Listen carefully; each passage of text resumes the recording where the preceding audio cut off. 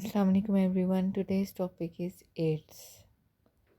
As you know, it stands for Acquired Immunodeficiency Syndrome, and it is the most common immunodeficiency disorder worldwide. इसमें patient की जो immunity है वो बहुत decrease कर जाती है और उसको बहुत सी इन्फेक्शंस हो सकती हैं. It is caused by retrovirus human immunodeficiency virus HIV. It is characterized by profound immunosuppression that leads to opportunistic infections, secondary neoplasms, and neurological manifestations. Patient को इम्यूनिटी कम होने की वजह से बहुत सी इन्फेक्शंस होने का चांस हो जाता है और उसकी डिक्रीज़ इम्यूनिटी का फ़ायदा उठाते हुए उसको इन्फेक्शंस हो जाती हैं. न्यूप्लाज्म्स यानी कि कार्सिनोमा हो सकते हैं और न्यूरोलॉजिकल जो है ब्रेन प्रॉब्लम्स भी हो सकती हैं. The clinical manifestations are directly related to defective immune function. जितने भी क्लिनिकल आपको वो फीचर्स नज़र आते हैं वो सब उसकी डिक्रीज इम्यूनिटी की वजह से होते हैं. Development of neurological complications, opportunistic infections और malignancy signal marked immune deficiency. ये सब चीज़ें शो करती हैं कि उसकी इम्यूनिटी खासी डिक्रीज़ कर गई है. The time course for progression is highly variable, but the median time before appearance of clinical disease about 10 years in untreated individuals. इसकी जो प्रोग्रेशन होती है वो अब खाली वेरिएबल है. कुछ में ये जल्दी डिज़ीज़ एविडेंट हो जाती है, कुछ में जो है वो खासा टाइम लग जाता है, 10 ईयर्स तक भी लग जाता है. Approximately 10% of those infected manifest rapid progression to AIDS within 5 years after infection. उनमें जो 10% हैं जो इन्फेक्ट हुए हैं वो रैपिडली एड्स की तरफ प्रोग्रेस कर जाते हैं फुल फ्लेज फॉर्म में in with in 5 years. A minority of individuals are long term non progressors. बहुत कम चांस है कि वो लॉन्ग टर्म ऐसे कोई उनमें प्रोग्रेशन ना डिजीज़ की हो, ऐसा बहुत रेयर चांस है. Next is viral structure and life cycle. Structure of HIV virus is showing lipid envelope, receptor complex, structural proteins. इसके सेंटर में 2 स्ट्रैंड्स हैं RNA के और कुछ एंजाइम्स हैं. The basic structure of the virus is as follows. The viral envelope, the outer coat of the virus, consists of 2 layers of lipids. Different proteins are embedded in the viral envelope forming spikes. आपको spikes नज़र आ रही हैं. These are needed to attach to the host cell and the cell fusion process. ये add करती हैं उसको host पे attach करने में और उसके सेल्स के साथ फ्यूज़ करने में, ये जो स्पाइक्स हैं. The HIV matrix proteins lie between envelope and core. अभी आप एनवलप और कोर के बीच में देखें तो वो मैट्रिक्स की प्रोटीन्स हैं. ठीक है, स्ट्रक्चर प्रोटीन. ये जो एक नेकलेस की तरह आप देखें येलो कलर का सर्कल सा बना हुआ है. The viral core contains 2 strands of HIV RNA, enzymes needed for HIV replication. अभी बीच में 2 स्ट्रैंड्स हैं RNA के और कुछ एंजाइम्स हैं जिसमें रिवर्स ट्रांसक्रिप्टेज होता है जो कि RNA को DNA में कर देता है. प्रोटीएज होता है प्रोटीन्स को करने के लिए ब्रेक राइबोन्यूक्लिक एसिड को इंटीग्रेस जोड़ करने के लिए, इंटीग्रेट करने के लिए, जुड़ने के लिए. वायरस जीन्स कौन सी हैं? गैग, पॉल एंड एल्प. HIV is retrovirus. The genome of retrovirus is made up of RNA ribonucleic acid and each virus has 2 single chains of RNA जैसा मैंने आपको पिक्चर में दिखाया है. For replication the virus needs a host cell and the RNA must first be transcribed into DNA which is done with reverse transcriptase.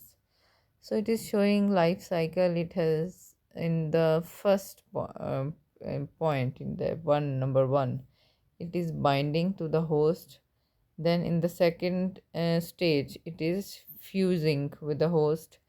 And then in the third stage you can see reverse transcriptase जो है RNA को किस में convert करेगा, DNA में। Integration होगी, replicate करेंगे और अपनी कॉपीज़ बनाएंगे और उनको फिर बडिंग के थ्रू बाहर एमिट कर देंगे। HIV लाइफ साइकिल वही जो अभी आपको पिक्चर के थ्रू दिखाया है, बाइंडिंग एंड फ्यूजन होगी।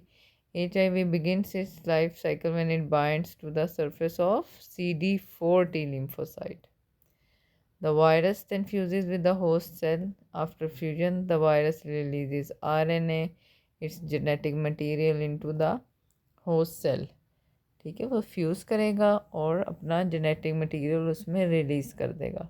रिवर्स ट्रांसक्रिप्टेज क्या करेगा, it will convert single stranded HIV RNA to double stranded DNA। Integration पे आ जाए। The newly formed HIV DNA enters the host cell nucleus. जो नया DNA बना है वो होस्ट के सेल के न्यूक्लियस के अंदर जाएगा और वो उसके साथ इंटीग्रेट कर देगा, उसके अंदर हाइड कर देगा। The integrated HIV DNA is called provirus. जिसके साथ इंटीग्रेशन होगी और जिसके DNA के साथ उसको हम प्रोवायरस बोलेंगे। प्रोवायरस में remain inactive for several years producing few और नो कॉपीज ऑफ HIV। वो डोरमेंट भी हो सकता है काफ़ी साल तक और एविडेंट नहीं हो पाएगी disease. Transcription: when the host cell receives a signal to become active, the provirus uses the host to create copies of HIV genomic material. जब होस्ट सेल जो है वो उस पर सिग्नल उसको आएंगे तो वो एक्टिव हो जाएगा और प्रो वायरस जो है वो उसको होस्ट को यूज़ करेगा और उसकी जीनोमिक कॉपीज़ अपनी बना लेगा। Assembly: a new virus particle is assembled using the HIV enzyme protease. New virus जो बनेगा वो सारा असेंबलिंग होगी वाया प्रोटीएस और फिर वो बर्ड ऑफ हो जाएगा, बडिंग होगी और होस्ट से बाहर सेल से निकल जाएगा। पैथोजेनेसिस पे आ जाए। Pathophysiology: as you know it is retrovirus and genomic material इसका RNA है और इसको फर्स्ट ट्रांसक्राइब होना होता है DNA में और रिवर्स ट्रांसक्रिप्टेज इसकी हेल्प करता है और ये बहुत ही लिमिटेड नंबर ऑफ सेल्स को अफेक्ट करता है। मोस्टली ये CD4 T हेल्पर सेल्स को अफेक्ट करता है। पता है CD8 भी होते हैं साइटोटॉक्सिक सेल्स और CD4 होते हैं helper cells. So it affects CD4 cells and macrophages. CD4 T cells are necessary for normal immune function. हमारी नॉर्मल फंक्शनिंग के लिए बहुत इंपॉर्टेंट है। नॉर्मली CD4 T सेल्स जो है वो रिकग्नाइज करते हैं फॉरेन एंटीजन्स को एंड इन्फेक्टेड सेल्स को। सो एक्टिवेट वो करते हैं एंटीबॉडी प्रोड्यूसिंग बी लिम्फोसाइट्स को, साइटोटॉक्सिक CD8 सेल्स को और नेचुरल किलर सेल्स को। So they directly destroy viral infected cells and foreign antigen. This results in severe loss of CD4 T cells and impairment of body's immune system. HIV and immune system: a person can be HIV infected and not have AIDS if the person's immune system is intact. ऐसी उनकी वो threshold जो है वो उससे भी वो fall कर जाएंगे तो पेशेंट को एविडेंट हो जाएगी डिजीज़। मोस्टली ये पीरियड 8 to 10 ईयर्स का होता है। Patient has no symptoms and the person is carrier, so he can infect that disease to the other person. After this period, the immune system begins to lose the fight. At this point, the person has AIDS.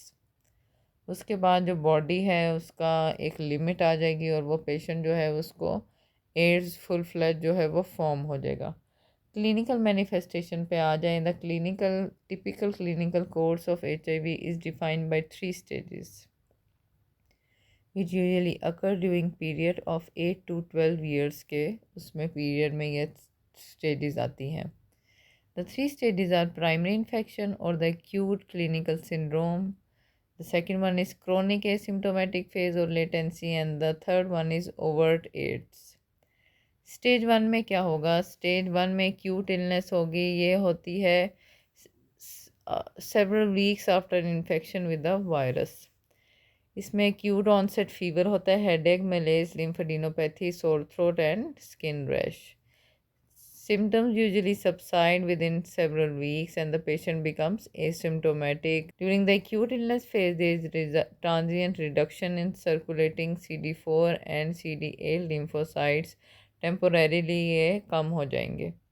उसके बाद asymptomatic stage आएगी. Following the acute illness stage, most patients go into prolonged period where there are no symptoms of the infection. Patient जो है वो बिल्कुल asymptomatic होता है. And they generally remain in good health for 5 to 10 years तक वो बिल्कुल ठीक उसमें रहते हैं हेल्थ में.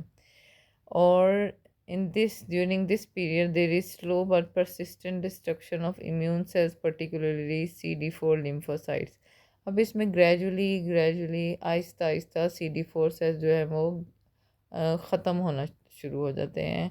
लेकिन अभी पेशेंट जो है वो ओवर द ईयर्स वो डेवलप नहीं करता डिजीज़, क्योंकि एकदम से फॉल नहीं आता. Towards the end of this period circulating levels of CD4 lymphocyte decline significantly.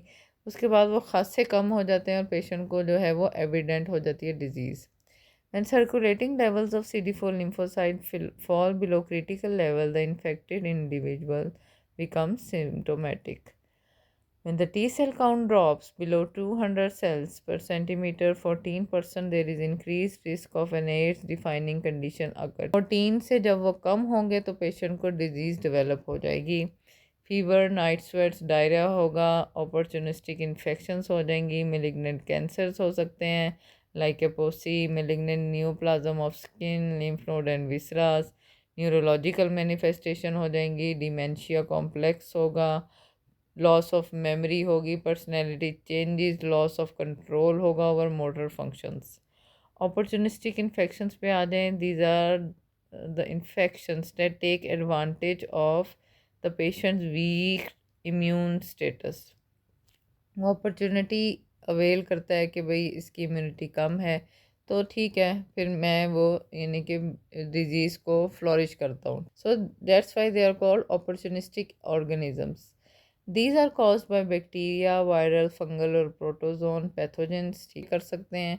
Infections with many of these organisms are unique to AIDS or immunocompromised patients, and many of the pathogens don't cause disease in healthy hosts. Healthy hosts में नहीं करते, mostly immunocompromised patients में ही करते हैं. क्या इनकी example है? इनकी है pneumocystis carinii, toxoplasma gondii, mycobacterial infections and cryptococcus न्यूफॉर्मेंस.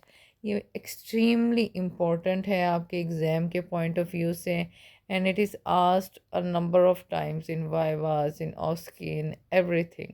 सो आपको अपॉर्चुनिस्टिक इन्फेक्शंस की डेफिनेशन और एग्जाम्पल प्लीज़ बहुत अच्छे से प्रिपेयर होनी चाहिए.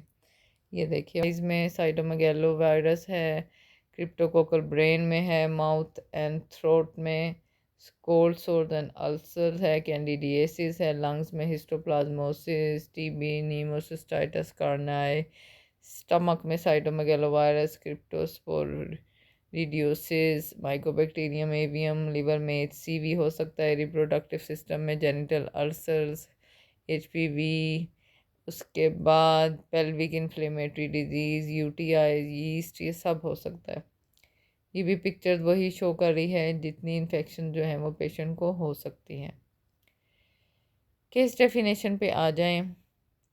To be diagnosed with AIDS, a person with HIV must have an AIDS defining condition और have CD4 count less than 200, यानी कि 14% होना चाहिए. क्या है इसके AIDS defining condition? HIV related encephalopathy हो सकती है उसको, cytomegalovirus retinitis, pneumocystis jirovecii and pneumonia उसे हो सकता है, क्रोनिक इंटेस्टिनल क्रिप्टोस्पोरिडियोसिस हो सकता है, इन्वेसिव सर्वाइकल कैंसर हो सकता है.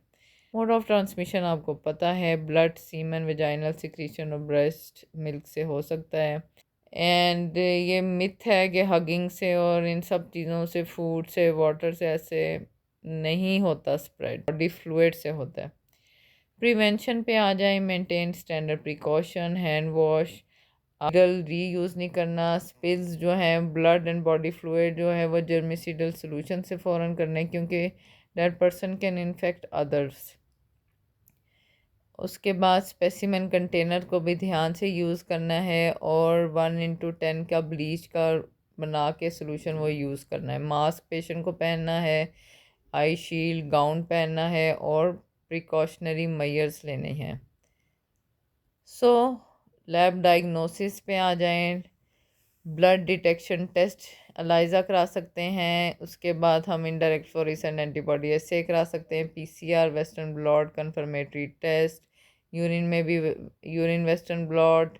विंडो पीरियड पे आ जाएं। विंडो पीरियड भी बहुत इंपॉर्टेंट है। ये अभी भी मैं सेंडअप का पेपर चेक कर रही थी, उसमें भी ये आया हुआ था बच्चों को। So it is the period between person exposure and actual infection with HIV। Exposure और इन्फेक्शन डेवलप होने के बीच का पीरियड है। And until antibodies are detectable in the body, antibodies आप डिटेक्ट कर सकते हैं। After 3 months there are usually enough antibodies to show an AIDS test. Nearly all people, 99% develop antibodies by 3 months after exposure। वो ये develop कर लेते हैं। Treatment and nursing care.